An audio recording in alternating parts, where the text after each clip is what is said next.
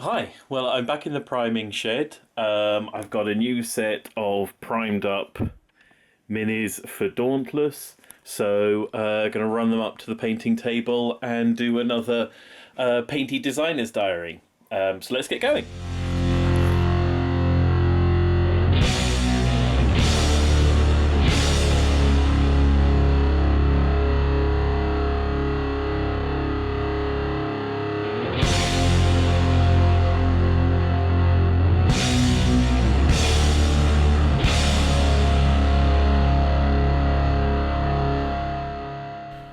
Hi, and welcome back to the painting table. So the last of these videos, I was painting up a set of minis that had a sort of Mountains of Madness Lovecraftian theme to them for use in Dauntless. I've completed those miniatures. We'll probably pop up some pictures of them through the video. And I decided to paint a different set of miniatures. So in this video, I'm going to be painting those minis, explaining why I'm painting a completely different miniatures where I've got a perfectly good set already. And explaining a little bit about some of the design changes for Dauntless that have gone on. So in the last video I was painting up a set of Mountains of Madness themed Arctic explorers, which were absolutely great, lovely minis. Really happy with how the paint job ended up going. I'll talk about that a little bit as we go on.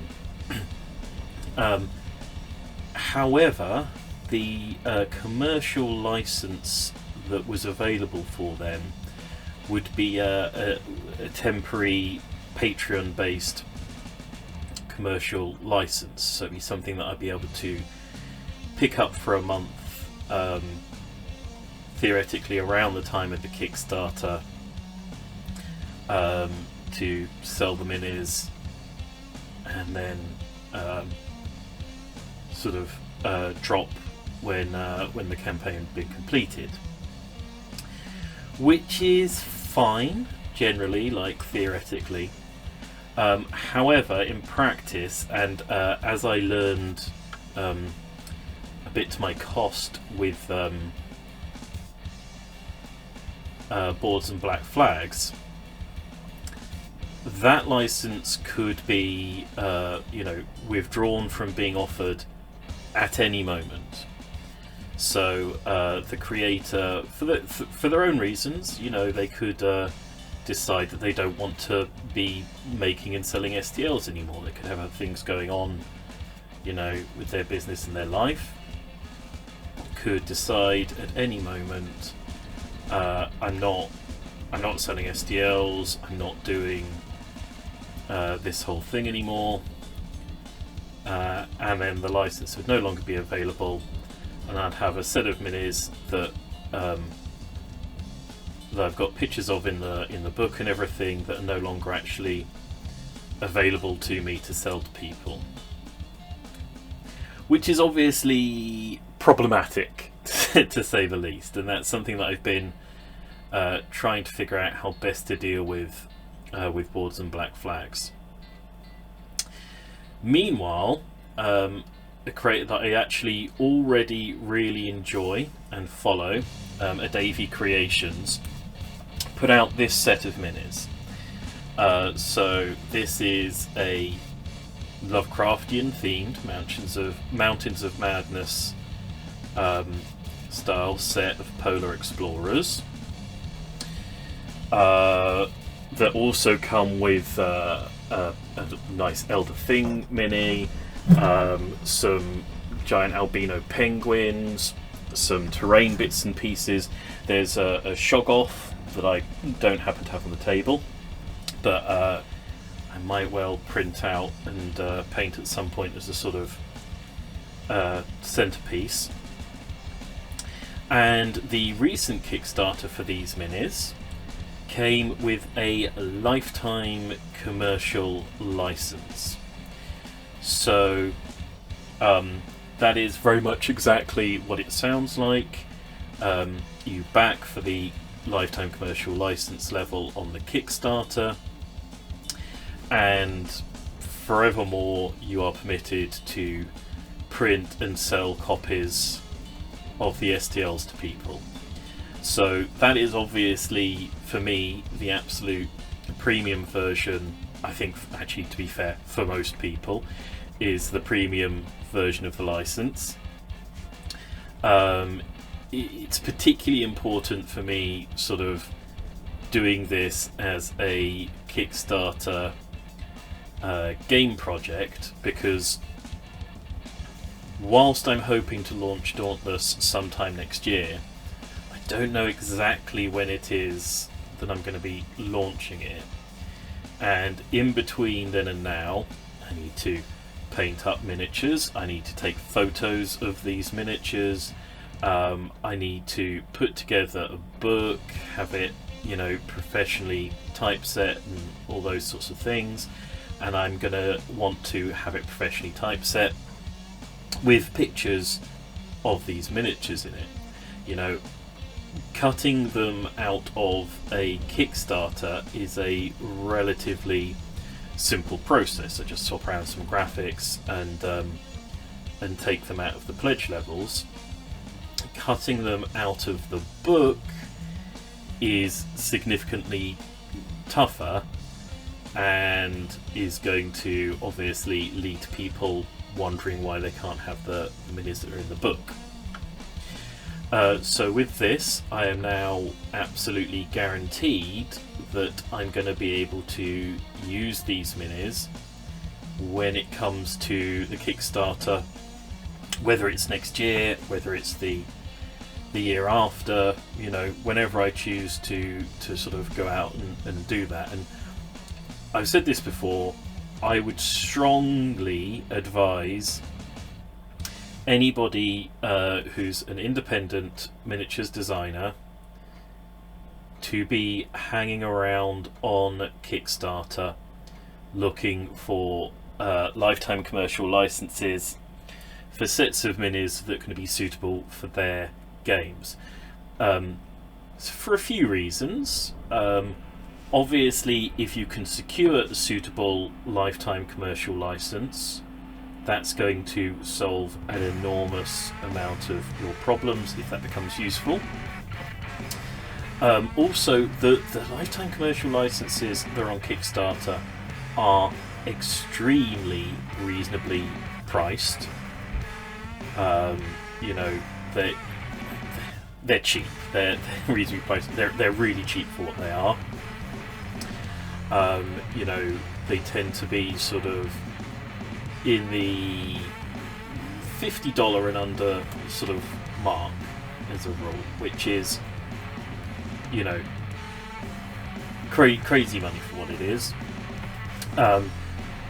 If those miniatures are adjacent to the sort of thing that you are wanting to do with your game, frankly, I think you should support creators putting miniatures out there like that, because it's going to help create a hobby zeitgeist that is going to match to your game and is only going to be useful to you. Even if you just end up, you know, having that license, never putting the minis out there, you have supported the hobby community, which is a good thing and people should be doing more of. Yeah, so I think sort of patrol around, look out for STL projects that's suitable for your design, and if you can, absolutely take every opportunity to pick up lifetime commercial licenses when they pop up. They're cheap. There's no reason to not sort of have them available just in case. You know, it's not. You're going to spend a lot of money on things that you're never going to end up really using. A lot more money at various points in your design journey than this. It is genuinely a no-brainer. I would strongly suggest doing it. So obviously I am now painting up this this new set of miniatures to feature in playtesting. First of all, I want to try and film some narrative battle reports for the game. you know, little just to promote it, little for fun to see what it's like and what I can put together. A bit because it's a very narrative game anyway, so I think that will just generally be the best way of presenting it. I've enjoyed watching like narrative battle reports on YouTube. Generally, I think it's a nice thing, and I'd kind of like to see more of them. And you know, be the change that you want to see in the world and that kind of thing. And you know, I can't rely on anybody else to do this for me. So there's that. Also, you know, these guys are going to end up having pictures taken of them to go into the book, so I'm going to need to get them painted up. So that's what we're doing now. So a little bit on the paint job generally, what I've chosen to do here. Again, as with the previous set, I've gone for a sort of underlit. Try and pick one of them that's going to really shine. A sort of underlit rattle can base coat of pink and blue. So what we've got here is you know, a black primer base coat, followed up by dark grey general sort of highlighting, and then a fairly heavy white zenithal rattle can spray, and then from underneath the miniature, sort of single pass of blue, and then a single pass of pink, sort of from underneath, so a sort of underlight thing. So this is basically you know, an effects sort of painting thing. In the Arctic, as I said in the last video, because of the long wavelengths of light, the distance of the Arctic from the sun, because of the distance of the Arctic from the sun, the light that gets there is very weak, is sort of the longest wavelengths of light. And because of the enormous amount of, obviously, white from the snow and such like, the light that gets reflected back off of the snow ends up being a much more significant amount of the light that is on any given object. My understanding, which is not, you know, high-level physics understanding by any stretch of the imagination, is that as these get sort of stretched and weaker, they get more and more split, and so you can end up with these sort of pink and blue looking sort of underlighting coming off from the snow, which can give a quite sort of freaky effect. Also, things being underlit is just inherently a bit weird and creepy, and you know, Dauntless is a sort of horror. I was very happy with the effect that I got from doing this on the first set of miniatures. One of the things I learned, so I was trying to I was worrying about losing too much of the underlight on the first painting. In short, I learned that I don't need to worry too much about that. It looks really kind of cool when you first done the undercoat, it's a very extreme, very graphic version of the underlighting, and I really love them like in this stage, and part of me feels like, whatever I do, I'm only gonna mess up this kind of cool effect. However, that effect is only going to work if you are literally going to not paint the guys, and actually put them out as a sort of pure black and white set of minis, which is a touch too stylized, I think, for me, and B, if I want to do that, I can print out another set of minis and I can spray paint them and I can put them out like this. It'll take about 5 minutes. The effect of not worrying too much about it, of just having it like little bits that are just naturally left over from the painting process, is that there's this. It's very subtle.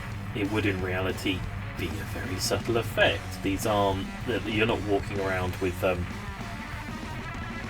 underlit, coloured, halo lights or anything.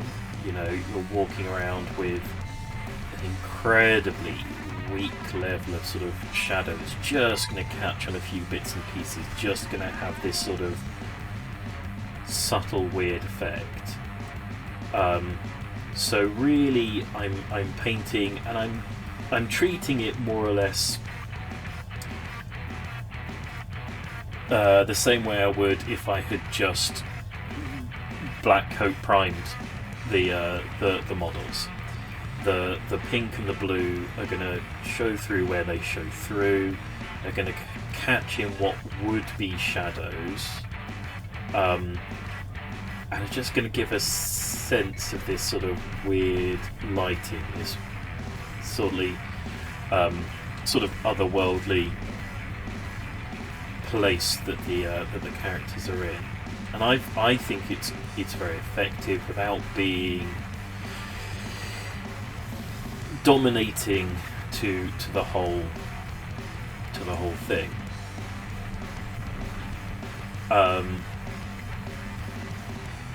And I can make it more extreme if I want to. I can go back in and put in more of these colours. I've got options.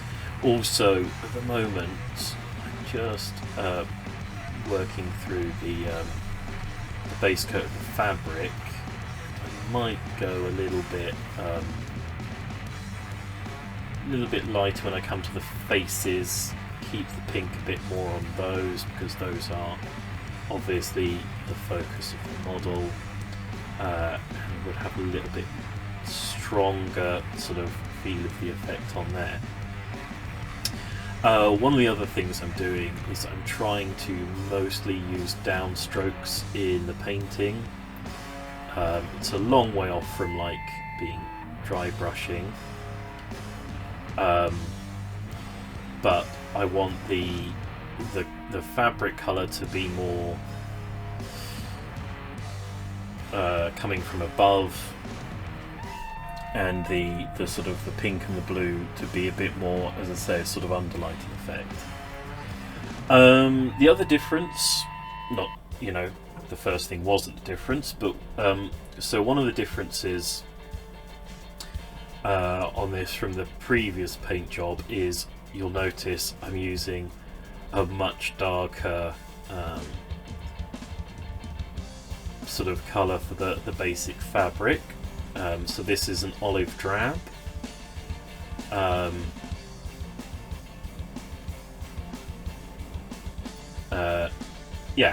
Which is obviously a lot darker.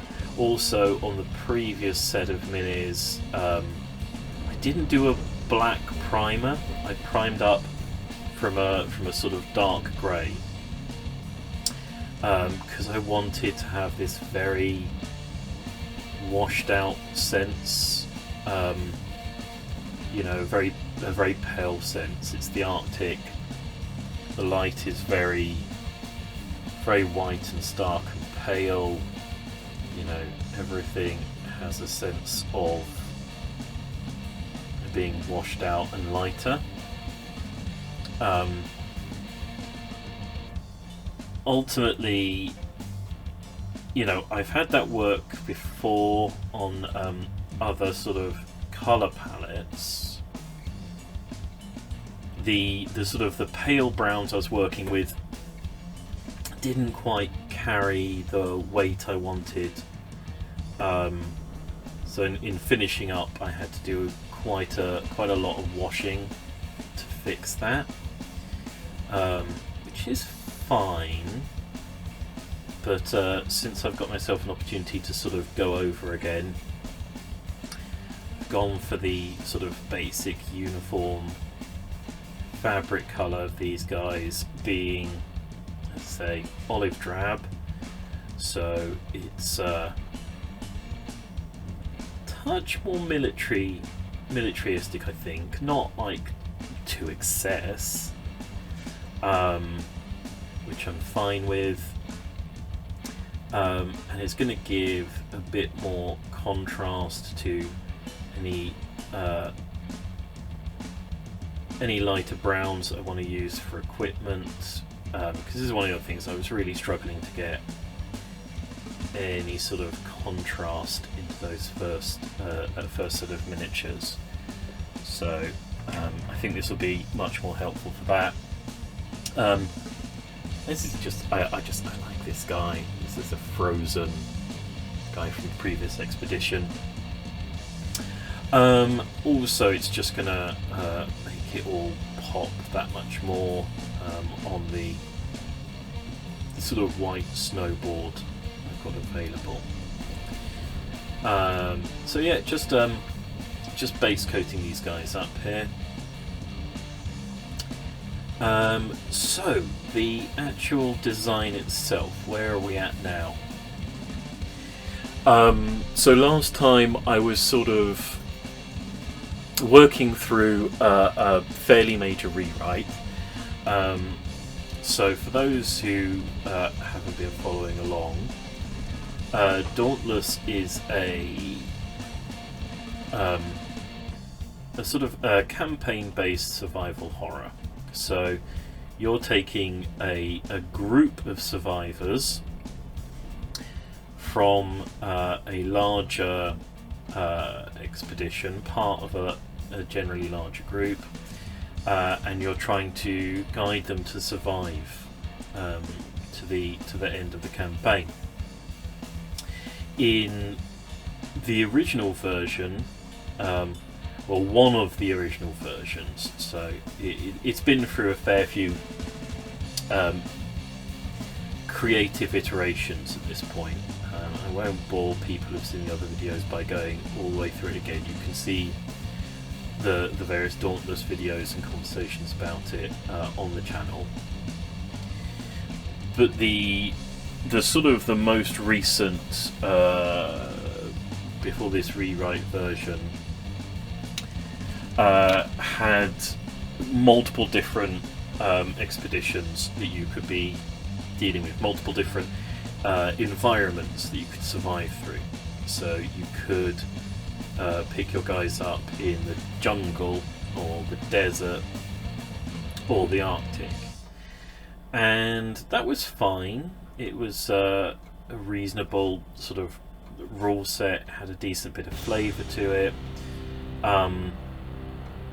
but it was too fiddly and twiddly. So yeah, on the last video I was working through a rewrite to make the game more specific to the Arctic. And that initial rewrite I'm happy with. Got the, and that's sort of partly, if you go and look at in the links as to where Dauntless is at the moment, it's not far off the dock you'll see now. But I was thinking about the actual threats in play. We've got some Arctic foxes going on here that I'll be painting up at a later point. I've got some polar bears. There will be polar bears in the game. So the physical. So Dauntless has two sort of general play stages. It has a campaign system where you're managing your camp, building relationships between your characters. The character relationships are absolutely central to the game. And this is something that is intended for you to do sort of solo play. It has no random number generation. You can play a sort of foraging session of the game, which is where all the randomness comes in with another player. Obviously, if you're playing solo, it doesn't make much difference. And then after a play session, you can go off and really take your time and consider the campaign system, because you don't need anybody else next to you, because there's no randomness. It's all pure player choices.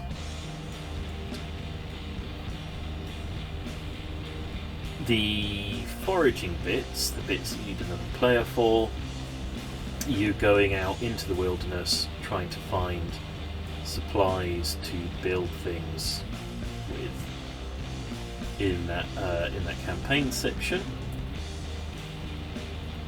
And as I say, when you get into the wilderness, you're going to encounter, aside from exposure and weather and crevasses and snow drifts and all that kind of stuff that makes surviving in the Arctic so much fun, you're going to encounter wolves and polar bears, and rabbits and seals and things that you can realistically pick up supplies from.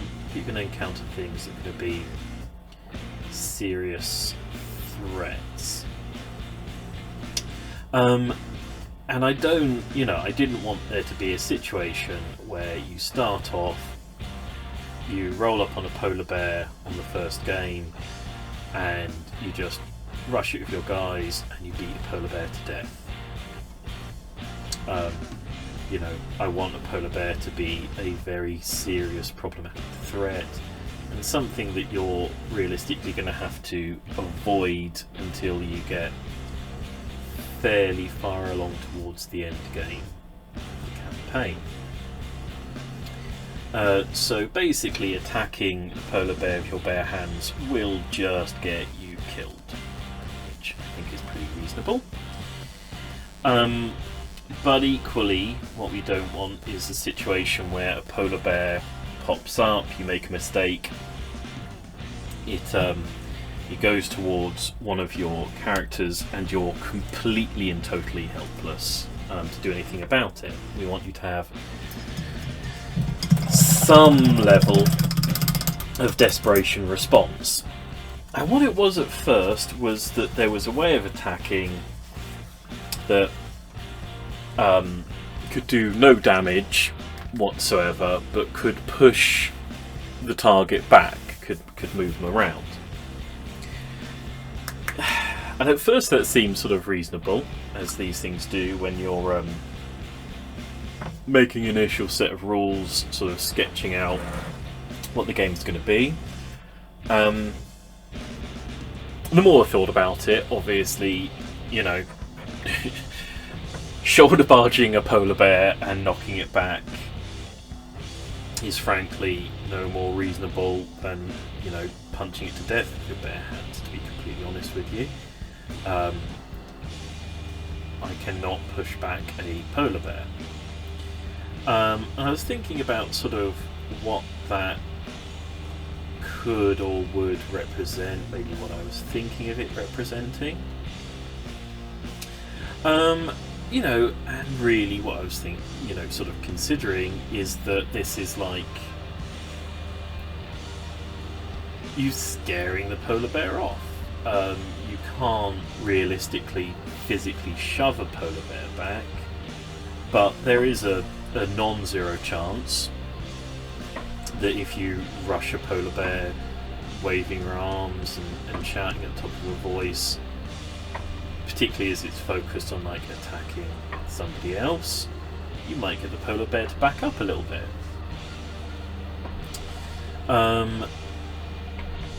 This tied in with another thing where, so in Dauntless, wild animals can sense you using their sense of smell. Humans can't use their sense of smell, but you know, there is obviously line of sight.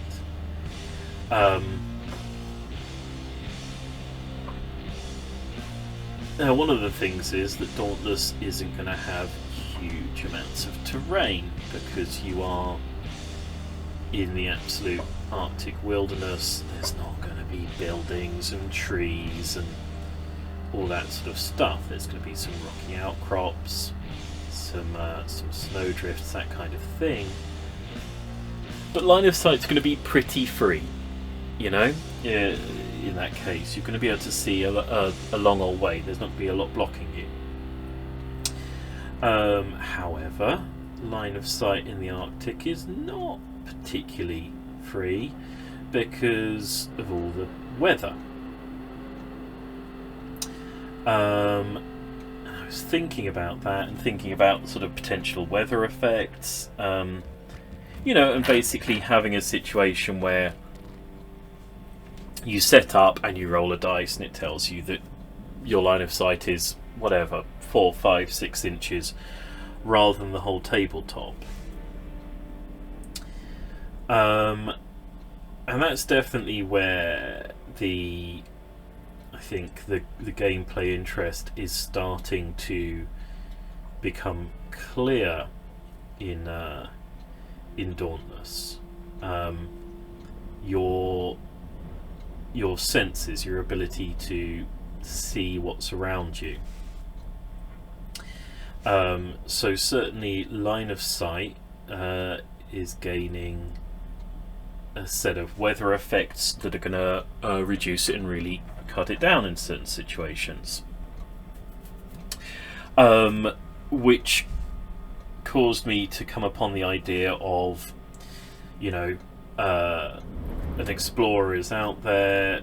They've lost line of sight to their route to their base camp. They've lost line of sight to any of their colleagues. They can't really see anything. And what happens in the Arctic in situations like this is obviously severe disorientation. People genuinely get lost, wander off into the wilderness, and are never seen again with their colleagues mere feet away at the time. So there's now a disorientation mechanic where if you can't sense a friendly character, you're going to sort of scatter and wander out of control. So you're going to need to sort of keep up contact with your friends. You're going to need to keep sensing, you know, your escape route back out to the sleds and the camp and all those kinds of things.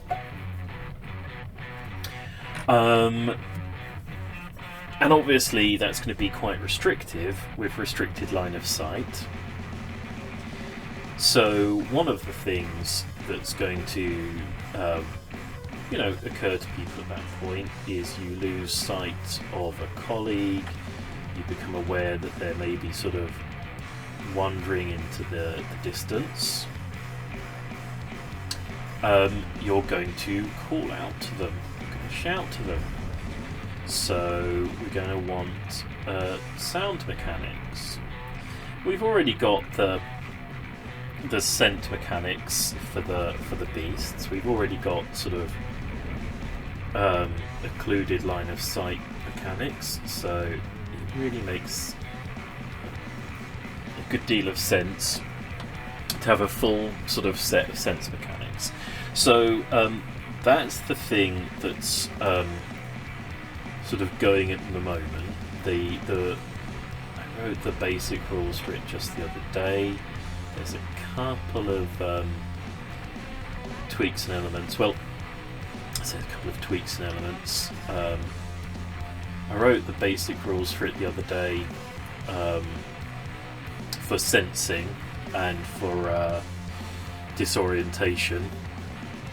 I haven't rewritten the beast activation sort of mode.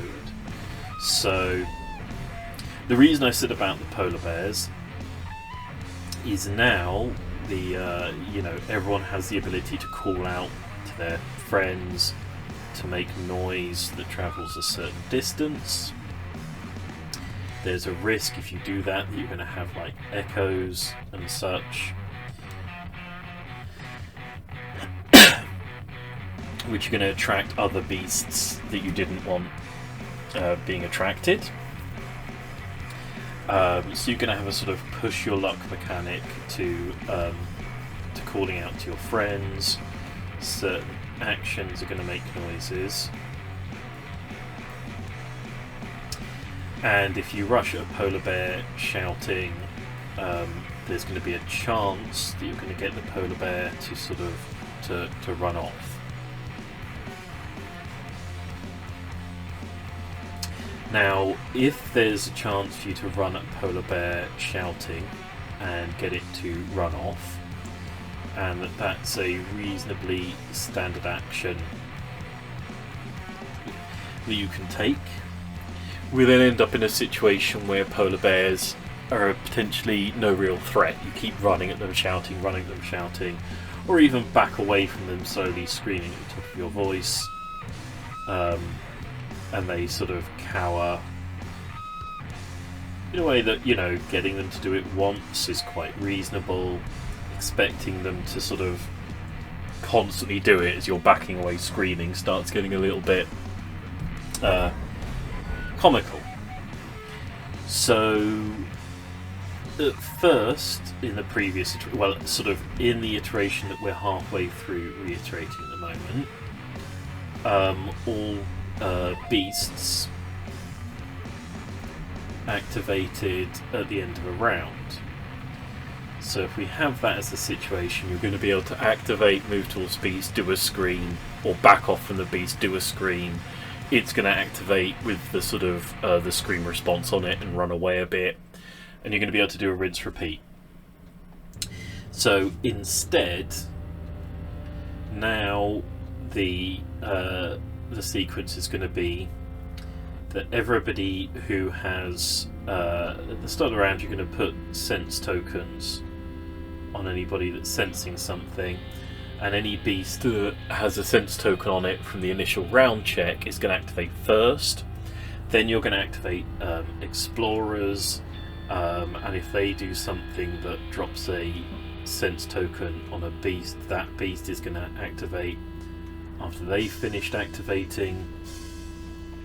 And then you're going to have a sort of round up beast activation at the end of the round for any beast that didn't pick up a sense token, either from initial sensing or from explorers doing something, and they're going to sort of wander about in a slightly randomized fashion. So with that version of events, if you run at the polar bear shouting, it gets a sense token from you shouting at it. It backs away when it next activates because it's going to activate as essentially a prey creature temporarily. Then you had better make good your escape, because the next round it's going to activate first because it can presumably still sense you, and at that point it is not going to activate as prey. It is going to return to its sort of standard predator behaviour, and it's going to come after you. And the screaming, you know, which will at that point be possibly not to do with you confidently and bravely trying to chase it off, that you might be doing, which won't necessarily, you know, have a game effect, but that'll be you creating your own story. Any further screaming won't have any effect because the beast is going to have activated once. Activate once each round, and you won't be able to put extra sense tokens on it to affect it. So you'll essentially, because of the timing change, get one opportunity if you're lucky, to scare a predator away temporarily, and then you'd better make use of that opportunity, because it's not going to fall for it twice. And also, as you run about in an area with predators that may not have sensed you yet, screaming at the top of your voice, you are potentially stocking up problems for later turns.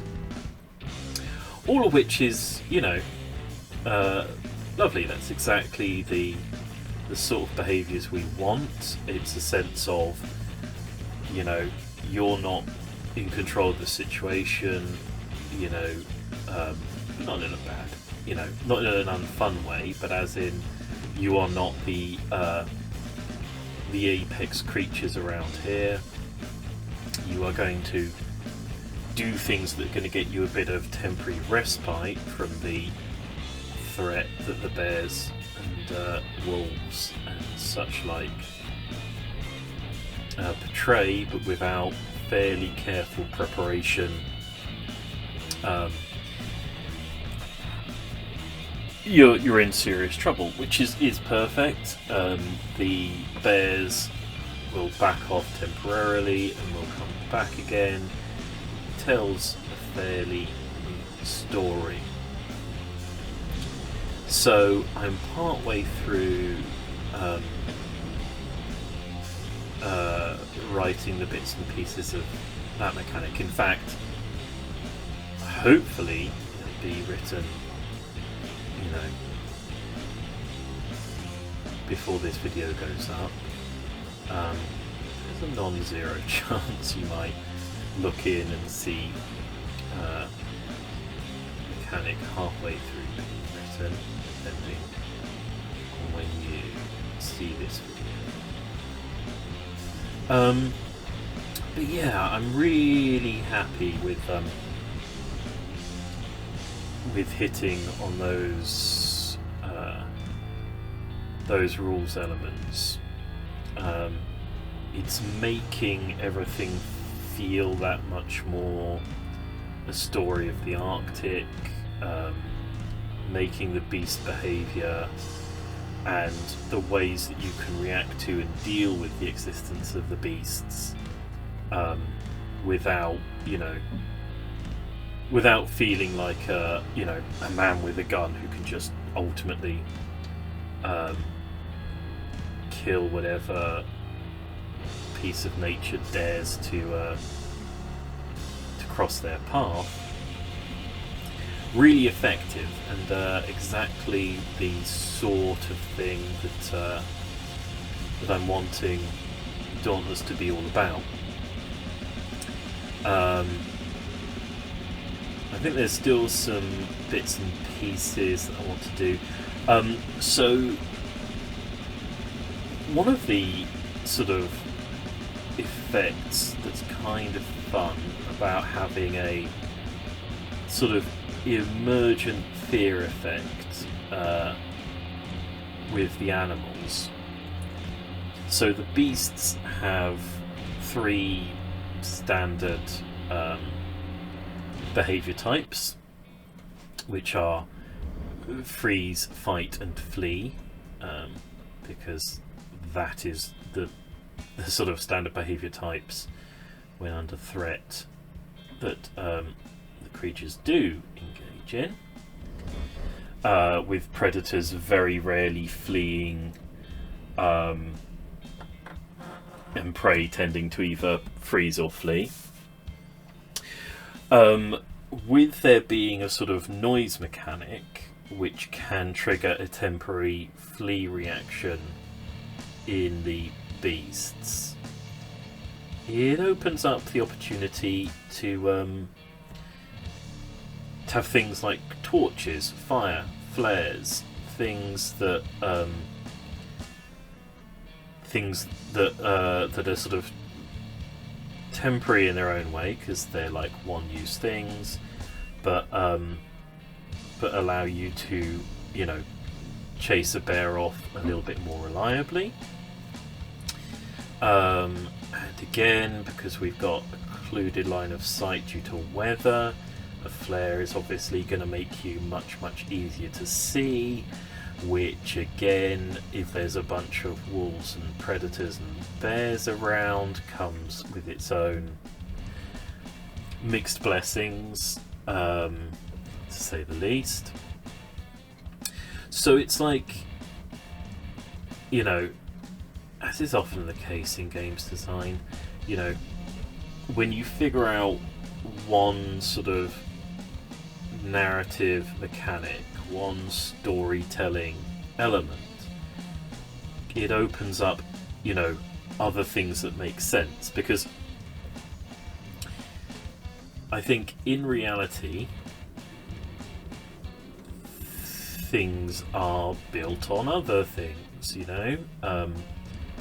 The way that the world is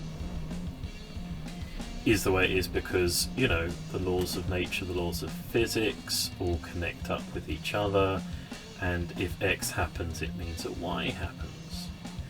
And so if you do put in a mechanic that, you know, hopefully relatively faithfully recreates one of those laws of nature, it opens up other things that would happen, you know,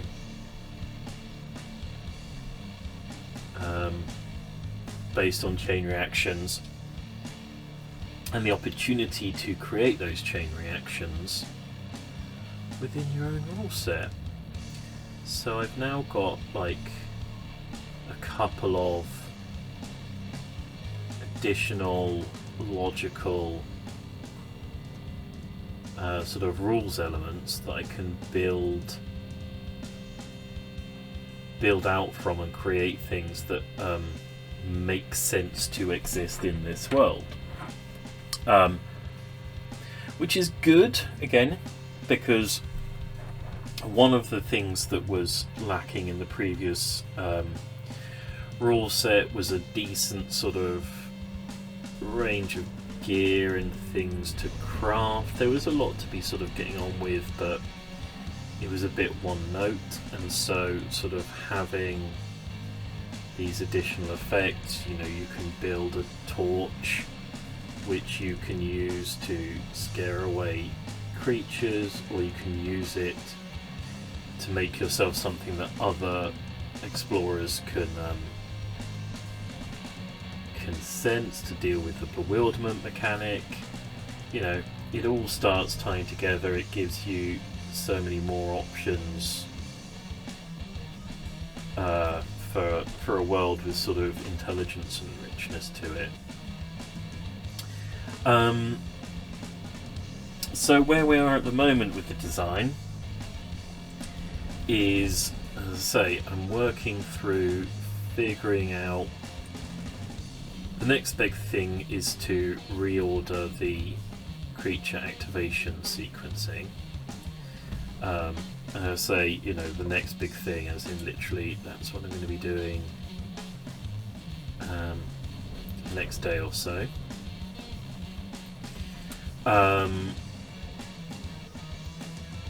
then it's going to be, I think, rounds of play testing. There are some tables that need to be like further populated, more items that need to be added. But at the moment, it's playing a bit of a numbers game, because the core mechanics, I think, are about there.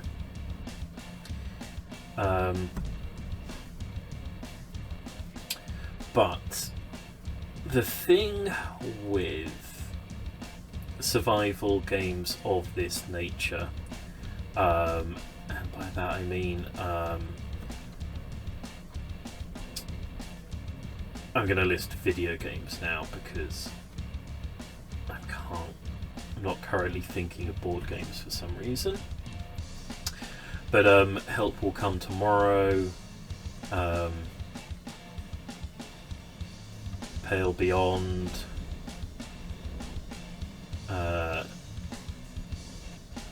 Dead in Bermuda,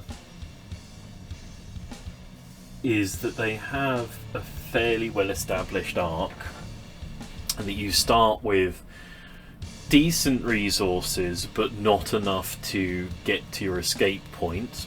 Those decent resources run out. You usually pick up worse resources for the purposes of eating, day-to-day survival sort of thing. But as you work through those worse resources, you're building up and have built up long-term structures, and long-term structures sort of reach a critical mass just before you're about to, hopefully just before you're about to die off from having to survive off of the worse and less plentiful resources. And that critical mass allows you to develop better day-to-day resources that mean you're no longer sort of dying and starving. And just at the point where you have so many of these lovely structures that survival becomes guaranteed or banal or uninteresting, you hit an escape point and you win the game, and lovely, lovely, lovely goodness. Which is the thing that is at the moment needing the attention and balancing and figuring out, because I've got a rough ballpark of the sort of you turn up and there are some, opening supplies, things that you scavenge from the ship before things went south. I don't think they're going to be enough for most players to get very far with. And then you're going to need to go out and forage and pick up more supplies in order to scrape through your survival point until you can build up those structures. You go through that gameplay loop. Finding that gameplay loop in a way that's going to be interesting, difficult at first, probably lead to a decent number of failures, make survival uncertain but interesting. That's the playtesting merry-go-round that we're going to have to be on now. I need to push some numbers about. I'm a little concerned with getting that just right. I mean, a little concerned. It's the whole thing that the game's going to rest on. But what I mean is, I'm fairly certain that the foraging part, just from looking at the rules, I can make that fun and interesting. That I can tell now, looking at the mechanics, that is going to be achieved. It is going to be possible. It's just a matter of time. The question as to whether I can give people an amount of supplies that are enough to get going, a crafting system that's interesting to engage with, and slowly and engagingly gets you to a point where survival is a given just as you escape. At the moment, I don't know if that... It's like on paper it totally should be achievable. That campaign system should be able to be manipulable, just as that list of video games that I said are. But it's very tricky. And the thing I'm sort of worried about at the moment is finding that middle dip in the campaign system in a way that's going to be convincing. Because you need to give people like an opening chunk of resources, to get them off the ground. And then the end game has to do with having a bunch of resources. So figuring out a way that those opening resources are never ever going to be equivalent to what you need to be the end game resources, without making the end game resources unachievable, or making the middle grinding yourself up to being viable bit of the game too unpleasant to grind through. That's a balancing act that I hope I can achieve, but I have no inherent reason for thinking I can.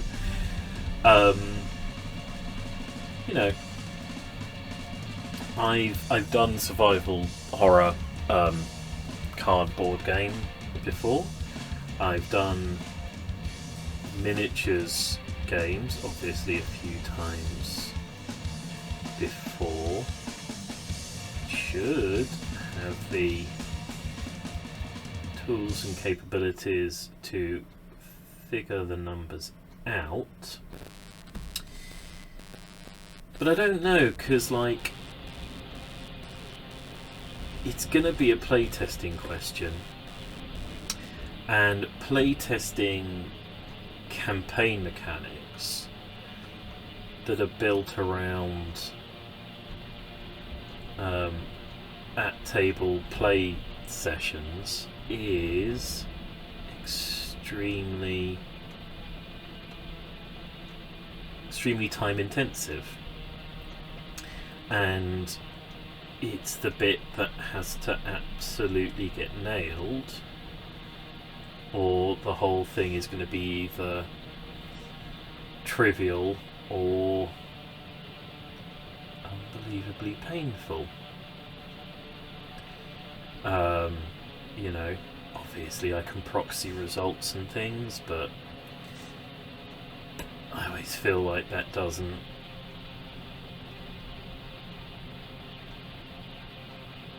tell the whole story. It'll be a necessity, but I don't like doing it. Yeah, so that's the thing. That is what is concerning me at the moment. I think the answer is just going to be, churning playtesting, tweaking numbers. Churning playtesting, tweaking numbers.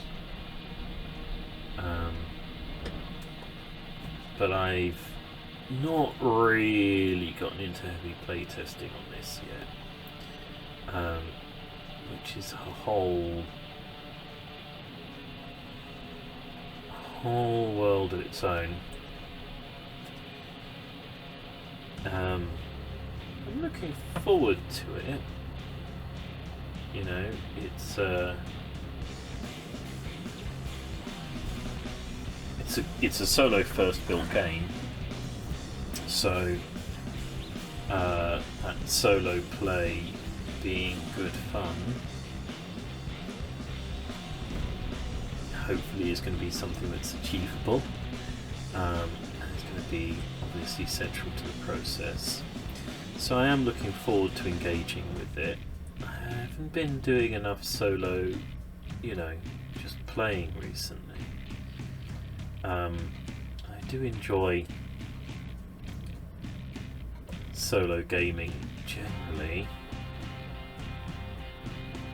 so hopefully that'll get me back into the cycle, because I've got a bunch of solo board games stacked up that I've had sitting there looking at me accusingly for quite some time now. I do want to play them, but I think I've gotten into a place of like struggling to justify solo board gaming.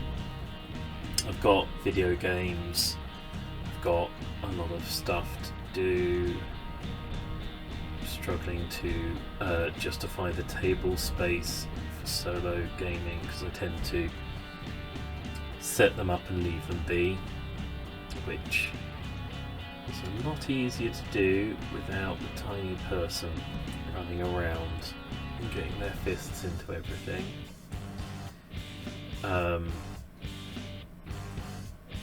Yeah, so I'm hoping that the playtesting of this will get me back into a solo gaming cycle, because it's something that I miss. I'd like to push myself to stop procrastinating on and get back to. Okay, that's the minis all base coated up. Should be coming back hopefully with another of these videos in a couple of weeks, putting some details on, some highlights, etc, etc, and hopefully updating you all on where the design of Dauntless is going. If you've watched this video, if you are interested in Dauntless, please check out the links section, where there'll be a link across to Dauntless in its current form, in its current state. There may be an early link across to the Kickstarter to start following along with that journey. As always, there will be game design chats coming up on the channel this weekend, and please do support the channel by swinging past our Patreons and places where you can pick up our games. But from now, from this Dev Diary video, it's going to be a thank you and goodbye. So thank you and goodbye. Bye bye.